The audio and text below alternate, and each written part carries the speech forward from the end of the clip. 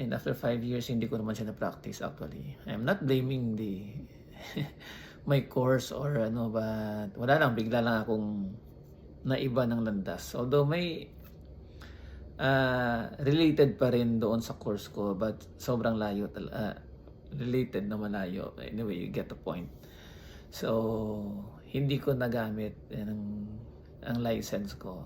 5 years and 6 months review, and then nung naging engineer ako, I decided na pipiliin ko kung saan ako masaya. So, I work on TV production.